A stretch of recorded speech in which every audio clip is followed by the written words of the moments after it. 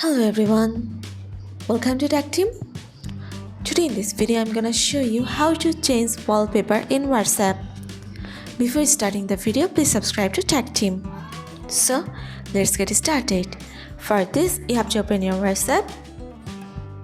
Now click on three dots. Press on settings. Now click on chats. Now here you can see the option of default chat theme. Click on this. Now press on wallpaper. From here you can select your wallpaper. I'm selecting this one and press on the sign option. Click on set wallpaper. That's it. So this is how to change wallpaper in WhatsApp. So guys, that's it. You can do this. I think this video is very helpful to you.